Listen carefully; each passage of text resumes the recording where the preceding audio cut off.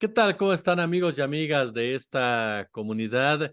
Hemos hablado en diversas ocasiones del tema minero, de los intereses que hay detrás de este sector de la población, de lo que representa realmente para nuestro país y para el caudal de familias que dependen del mismo, de los intereses del gran capital.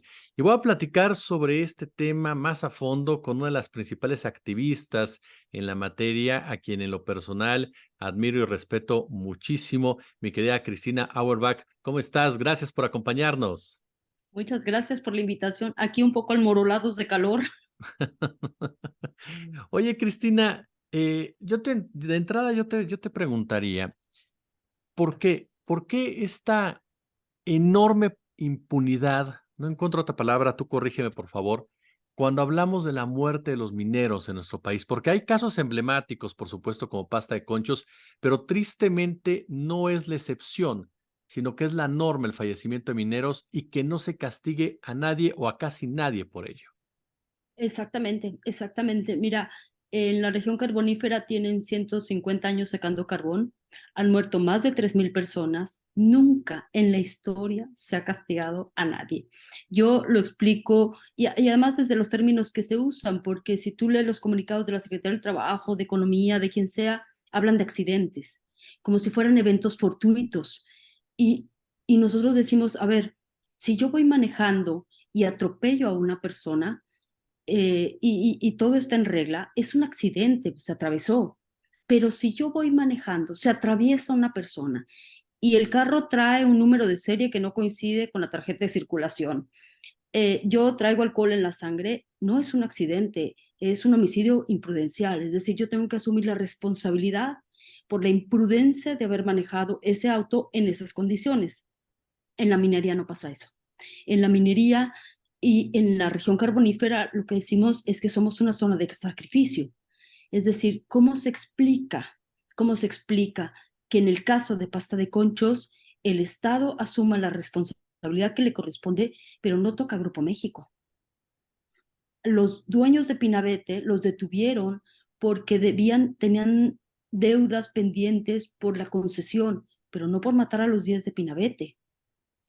Y es muy perverso porque hace, eh, en 1950, después de la guerra, el carbón se empezó, bueno, antes en la revolución el carbón era para los trenes de la revolución y morían al año 500 mineros sacando carbón para la revolución, ni siquiera vienen los libros de texto.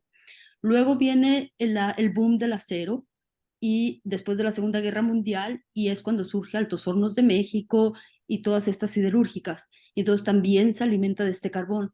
Y hace 30 años con la privatización se empezó a hablar de generar un polo de desarrollo con la extracción de carbón.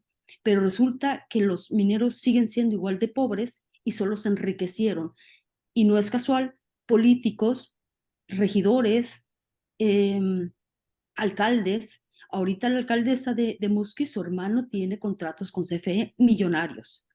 Armando Guadiana, el senador que nos propusieron además como candidato de Morena para las elecciones, está acusado en recomendaciones de la CNDH por violar derechos humanos en sus concesiones en las minas de carbón. Entonces, si nosotros ya pasamos por Fox, por Calderón, por Peña Nieto, y ahora por Andrés Manuel López Obrador, y el resultado es el mismo. Absoluta impunidad porque lo que justifican ellos es el empleo para generar, ahora vamos a generar soberanía, ¿no? Entonces, bueno, como vamos por la soberanía, ahora saquemos carbón para establecer la soberanía. Y en cada una de estas administraciones hay un modelo con el que justifican las muertes como algo, como si fueran necesarias para alcanzar ese objetivo. Oye, la total impunidad basada en una necropolítica en el sector minero. Sí, sí. Es increíble, increíble que no se llame a cuentas a nadie. A nadie. Hagan lo que hagan, no pasa nada. No pasa nada. Están por encima de lo que nos hacen cumplir a todos los ciudadanos y de lo que entendemos por Estado de Derecho. Porque evidentemente en el pozo donde murieron hace una semana dos personas, dos trabajadores, ese pozo, la Secretaría del Trabajo saca un comunicado diciendo, bueno, es que yo lo inspeccioné en agosto y dije que no podían trabajar. Ellos saben que van a seguir trabajando. Ah, Siempre se los hemos dicho. Mira, hace 2 años fue lo de las minas de rancherías, que murieron 7 personas ahogadas. Hoy por la mañana me habla un trabajador, siguen trabajando, llevan 2 años en que la Secretaría del Trabajo dicen que no pueden trabajar y siguen trabajando y tienen contratos con CFE. Entonces se vuelve muy perverso que CFE compre ese carbón, utilice ese carbón y cuando mueren los mineros no lo hacen responsable de su cadena de suministro. Ellos dieron los contratos. Todo este desorden es porque CFE, creo yo, que toda la vida han intentado hacer un control político sobre la región con los contratos de carbón. Por eso la mayoría son políticos los que tienen esos contratos. Germán Larrea de Grupo México, Ricardo Salinas Pliego tiene intereses mineros, Carlos Slim tiene intereses mineros. Hablamos de los hombres más poderosos de este país que están diversificados en sectores clave precisamente para el funcionamiento del mismo. Estos apellidos, ¿qué tanto han explotado México, Cristina, a través de la minería? Pues mira, de Grupo México en la región carbonífera, solo Grupo México en sus minas de carbón, porque Grupo México llegó a la región en los años 30 y llegó cuando se nacionaliza, entonces se inventa como Grupo México, ya con capital mexicano, pero eran los mismos. Bueno, en sus minas nosotros tenemos contadas más de 280 muertos en las minas de Grupo México y no pasa nada. El daño ambiental en la región es indescriptible. O sea, tú imagina que todos esos tajos, todas esas minas las dejan abandonadas y que incluso entre ellos Armando Guadiana se metieron a los pueblos a extraer carbón adentro de los pueblos donde viven los mineros. Y fue todo un conflicto hace un par de años y a nosotros todavía hay abiertas 3 averiguaciones previas porque nos acusaban de despojo a nosotros por impedirle sacar el carbón afuera de las casas de la gente. Entonces, cuando hay un conflicto con una empresa chica o grande, no te estás enfrentando al empresario, te estás enfrentando al aparato de Estado que necesita, posibilita y recibe recursos de estos empresarios. ¿Cuál es este daño ambiental que señalas? ¿Cómo impacta este tipo de actividades en la salud de una comunidad entera? Pues mira, en la región carbonífera hay pulmón negro, por supuesto, en los mineros, pero toda la población, todo el día, todos los días respiramos polvo de carbono, porque los camiones que transportan el carbón no los cubren, entonces van dejando una estela de polvo de carbón. En esta tu casa, Gracias. 3 días no sacudes, pasas la mano y levantas polvo negro.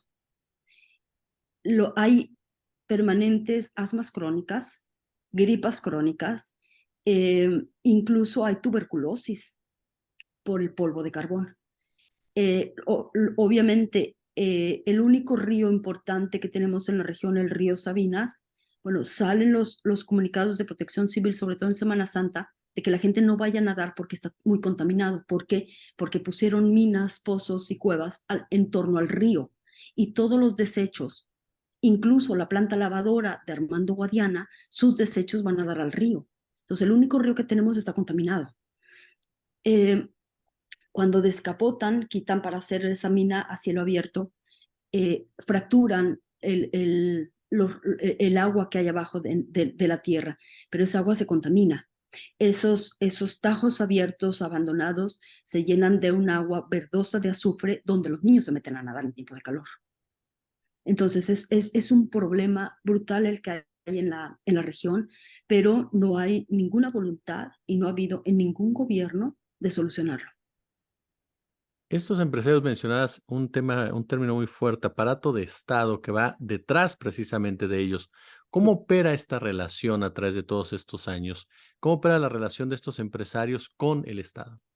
Fíjate, porque muchos de ellos, bueno, antes eran priistas, ahora ya son de Morena, ¿eh?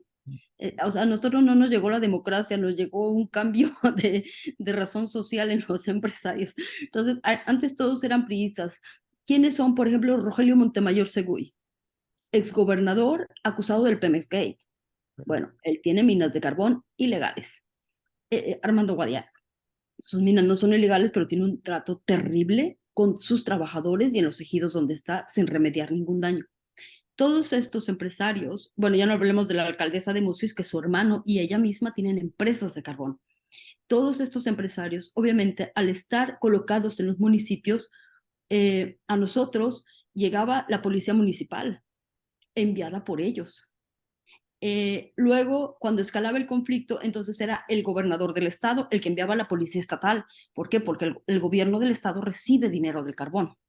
Bueno, lo recibía antes cuando los contratos pasaban por el gobierno, los contratos de CFE pasaban por el gobierno del estado. Entonces, el gobierno del estado, el carbón era como su caja chica, era como Pemex al gobierno, hacía el carbón al gobierno del estado de Coahuila. Pero luego cuando escalas el conflicto con lo que pasó, por ejemplo, con pasta de conchos, pues te enfrentas a un Javier Lozano, te enfrentas a una Secretaría de Economía que dice que las familias, las viudas no tienen derecho a reclamar. Javier Lozano nos litigaba y argumentaban que el no sacar a los mineros no violaba los derechos humanos. Bueno, entonces, todo este aparato funciona para que la minería siga funcionando. Yo estoy segura, Jesús, que si las empresas tuvieran que cumplir lo que las leyes dicen, no habría empresa que pudiera. ¿Quién va a tapar Cananea? ¿Quién va a remediar el daño ambiental de Cananea? ¿Quién va a remediar el daño ambiental de las minas de Slim? Han abierto unos hoyos inmensos que no se van a remediar. Y todo manifiesto ambiental dice que lo tienen que remediar y no lo hacen. Si tuvieran que tapar esos hoyos, les sale más caro de lo que sacaron. Entonces, todo eso se sabe que la normatividad, y por eso era tan importante el tema de la ley minera, que toda la normatividad estaba hecha y para que las empresas y el sindicato minero fueran los únicos que tuvieran interés. Por ejemplo, ante la Secretaría de Economía, las familias pedían la cancelación del lote minero de Pasta de Conchos. Y la Secretaría de Economía respondía, y así es, así está en la ley, que solamente la empresa, el sindicato o el Estado pueden pedir la cancelación.